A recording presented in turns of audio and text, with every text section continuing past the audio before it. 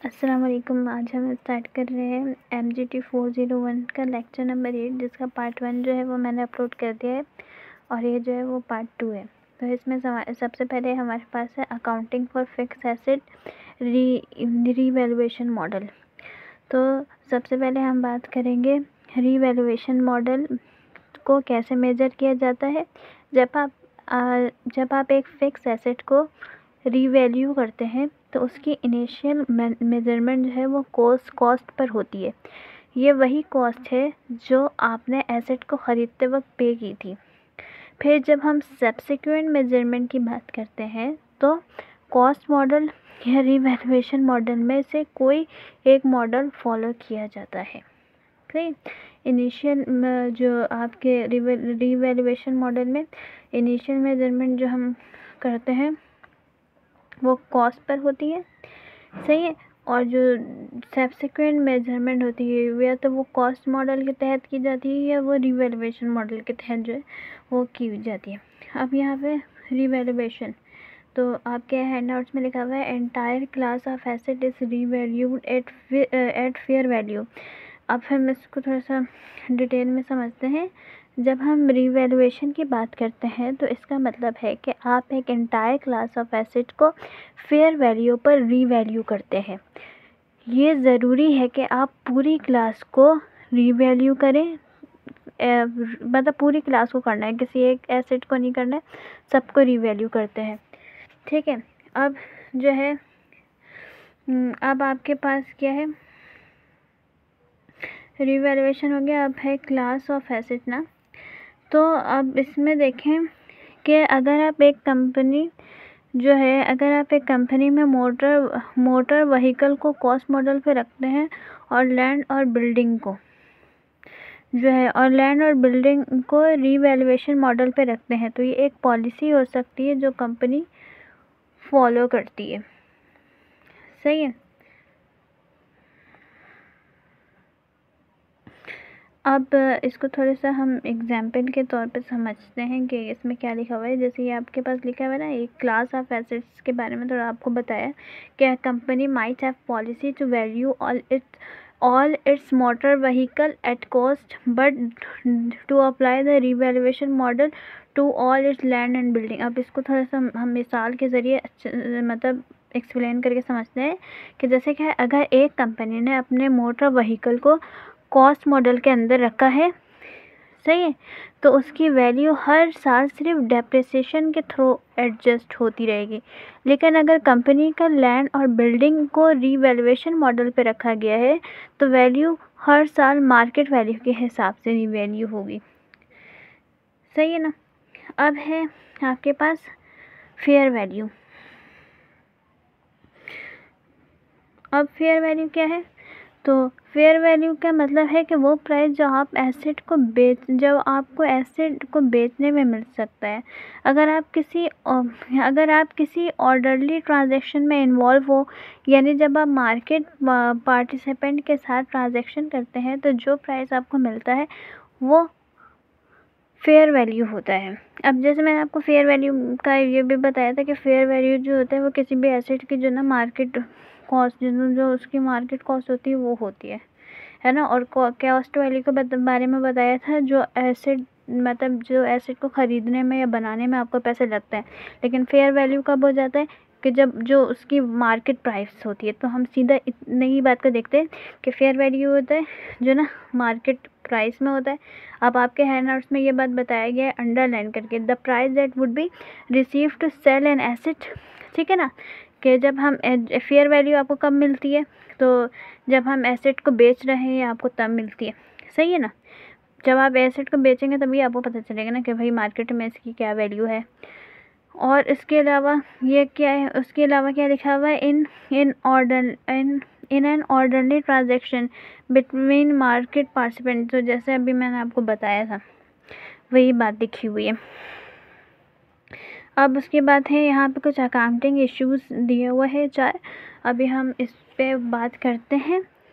Accounting issue की जो accounting issues की जो रीवैल्यूएशन मॉडल में आती हैं, इन इश्यूज़ को समझना ज़रूरी है ताकि आप अकाउंटिंग में सही जो है वो ट्रीटमेंट जो है वो अप्लाई कर सकें। तो सबसे पहला है गेन और लॉस फ्रॉम रीवैल्यूएशन। जब आप एसेट को रीवैल्यू करते हैं तो उसके ऊपर गेन या लॉस हो सकता है। अगर एसेट की रीवैल्यूड उसकी पुरानी वैल्यू से ज़्यादा है तो ये गेन होगा। जब ज़्यादा होता है, आपको वैसे ही पता है, जब ज़्यादा होता है तो गेन होता है, और जब कम हो जाता है तो कोई चीज़ वो लॉस होता है। तो वही बात बोल रहे हैं कि अगर एसेट की रीवैल्यूड वैल्यू, जब मतलब आपने एसेट को रीवैल्यू किया तो अब उसकी रीवैल्यूड वैल्यू हो गई ना, तो जब वो वैल्यू जो है वो पुरानी वैल्यू से ज़्यादा होगी तो गेन हो गया, और जब पुरानी वैल्यू से कम हो गया तो वो लॉस हो गया। इन गेन और लॉसेस को कैसे ट्रीट किया जाता है, कुछ स्पेसिफिक रूल्स हैं, ठीक है ना। अब 2 बात बताया गया है आपको कि इसको हम कैसे जो ना करते हैं, मतलब एंट्री वगैरह में कैसे वो करते हैं ना। तो अगर गेन होता है तो उसे आप रीवैल्यूएशन सरप्लस में ऐड करते हैं, और अगर आपके पास लॉस होगा तो वो प्रॉफिट और लॉस अकाउंट में चला जाएगा। सही है। अब है adjustment of accumulated depreciation and cost of asset. यही है, हाँ यही है, ठीक है। अब इसमें क्या है, जब आप रीवैल्यूएशन करते हैं तो अक्यूमुलेटेड डेप्रिसिएशन को भी एडजस्ट करना पड़ता है। आपको एसेट के न्यू कैरिंग अमाउंट को एडजस्ट करते वक्त अक्यूमुलेटेड डेप्रिसिएशन को भी उसी तरीके से एडजस्ट करना होता है। सही है। अब है आपके पास फ्रीक्वेंसी ऑफ रेवोल्यूशन। आपको रीवैल्यूएशन कितनी फ्रीक्वेंसी से करनी चाहिए, इसका जवाब ये है कि जब भी मार्केट कंडीशन चेंज हो तब आपको अपने एसेट को रीवैल्यू करना चाहिए। सही है। अक्सर ये रीवैल्यूएशन हर 3 या 5 साल में किया जाता है, लेकिन ये जो है डिपेंड करता है कंपनी की पॉलिसी के ऊपर, ठीक है। अब है आपका ट्रीटमेंट ऑफ रीवैल्यूएशन सरप्लस। जब आप एसेट को रीवैल्यू करते हैं और उसमें गेन होता है तो उस गेन को आप रीवैल्यूएशन सरप्लस में दिखाते हैं। ये मैंने आपको ऊपर भी रूल में बताया था ना, सही है ना। यह सरप्लस आपकी इक्विटी में ऐड हो जाता है। तो ये आपको अच्छे से उस वक्त समझ आएगा ना कि जब हम वो करेंगे ना, इसके एंट्रीज करेंगे ना, तो ये तब आपको जो ना ये समझ आ जाएगा। और बाकी ये जो ना ये यहाँ पे कुछ स्टेप्स बताए हुए हैं, ये एंट्री के स्टेप्स है। तो ये जब मैं वो एंट्री वाला, इसके बाद जो नेक्स्ट वीडियो होगी ना एंट्री वाली, तो वो मैं इसमें ये कवर कर दूँगी। तो स्टेप भी बताऊँगी फिर एंट्री भी करूँगी ना, तो वो ज़्यादा आसानी हो जाएगा आपके लिए। तो यहाँ से ये सारी एंट्री है, ठीक है। तो अब हम डिफाइन करते हैं। अब हमारे पास है एक्सेस डेप्रिसिएशन, ठीक है ना। अब आपके पास एक्सेस डेप्रिसिएशन तब होती है जब रीवैल्यूड एसेट की डेप्रिसिएशन चार्ज पुरानी डेप्रिसिएशन चार्ज से ज़्यादा होती है। इस एक्स्ट्रा डेप्रिसिएशन को हम एक्सेस डिप्रिसिएशन कहते हैं, सही है। और इसको रिटेन प्रॉफिट में ट्रांसफ़र किया जाता है। कैसे, अब जब हम इसको एग्जाम्पल से समझेंगे तो आपको अच्छे से समझ आएगा, सही है। अब एक बात को यहाँ पे ध्यान से रखिएगा कि एक्सेस डेप्रिसिएशन कब होता है, जब पुरानी डेप्रिसिएशन का चार्ज जो है, जब आपकी डेप्रिसिएशन का जो चार्ज होता है ना, जब वो पुराने डेप्रिसिएशन से ज़्यादा हो। अब कैसे ज़्यादा हो, अब आप मान लीजिए कि आपने एसेट को रीवैल्यू किया, सही है। अब उसकी रीवैल्यू जो वैल्यू है वो 1 लाख है, ठीक है ना। इसके बाद आपका न्यू डेप्रिसिएशन जो हुआ है वो 12,000 का हुआ है, सही है। जबकि आपकी पुरानी डेप्रिसिएशन जो थी वो 10,000 की थी।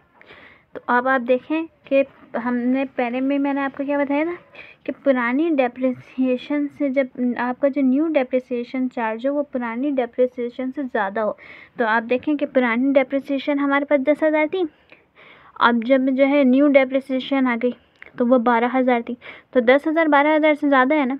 तो अब हम इस एक्सेस डेप्रिसिएशन जो है क्या है, अब 10,000 12,000 से कितना ज़्यादा है, 2,000 ज़्यादा है। तो हमारे पास एक्सेस डेप्रिसिएशन क्या हो गया, 2,000 हो गया। जैसे आप 12,000 में से 10,000 को घटा दीजिए, पुराने नए वाले में से पुराने वाले को घटा दीजिए, तो आपको पता चल जाएगा कि जो है 2000 रुपये जो है वो आपका एक्सेस डेप्रिसिएशन था। सही है। अब इसके बाद आपके पास यहाँ पे एंट्री दी हुई है, लेकिन एंट्री को मैंने आपको बोला कि मैं अलग से वीडियो बना के जो है वो आपको डिफ़ाइन कर दूँगी। सही है ना, तो वरना ये ऐसे मिक्स हो जाता है। ठीक है, अब है हमारे पास accounting for fix asset depreciation. Important point, कुछ इम्पॉर्टेंट पॉइंट आपको बता दे रहे हैं जिसको मैं आपको डिफ़ाइन कर देती हूँ। सही, तो है क्या कि डेप्रिसिएबल अमाउंट को एसेट की यूज़फुल लाइफ के दौरान सिस्टमेटिक तरीके से एलोकेट किया जाता है। फर्स्ट पॉइंट, ठीक है, क्या है, डेप्रिसिएबल अमाउंट को एसेट की यूज़फुल लाइफ के दौरान सिस्टमेटिक तरीके से एलोकेट किया जाता है। सही। सेकंड में आपको बता रहा है रेजिडुअल वैल्यू यूज़फुल लाइफ और डेप्रिसिएशन मेथड को हर साल रिव्यू किया जाता है। सही है। अब तीसरा है कि अगर चेंज हो तो उन्हें एस्टिमेट के तौर पर प्रोस्पेक्टिवली ट्रीट किया जाता है IAS 8 के मुताबिक। सही, अगर कोई चेंजेस हो तो उन्हें एस्टिमेट के तौर पर प्रोस्पेक्टिवली ट्रीट किया जाता है। ठीक है ना, ऐसा आपके IAS 8 जो है रूल है उसके मुताबिक ऐसा किया जाता है। ठीक है। डेप्रिसिएशन प्रॉफिट और लॉस में चेंज होता है जब तक वो किसी और एसेट के कैरिंग अमाउंट में ना हो। सही। उसके बाद पांचवा है डेप्रिसिएशन तब स्टार्ट होती है जब एसेट यूज़ के लिए अवेलेबल हो। सही।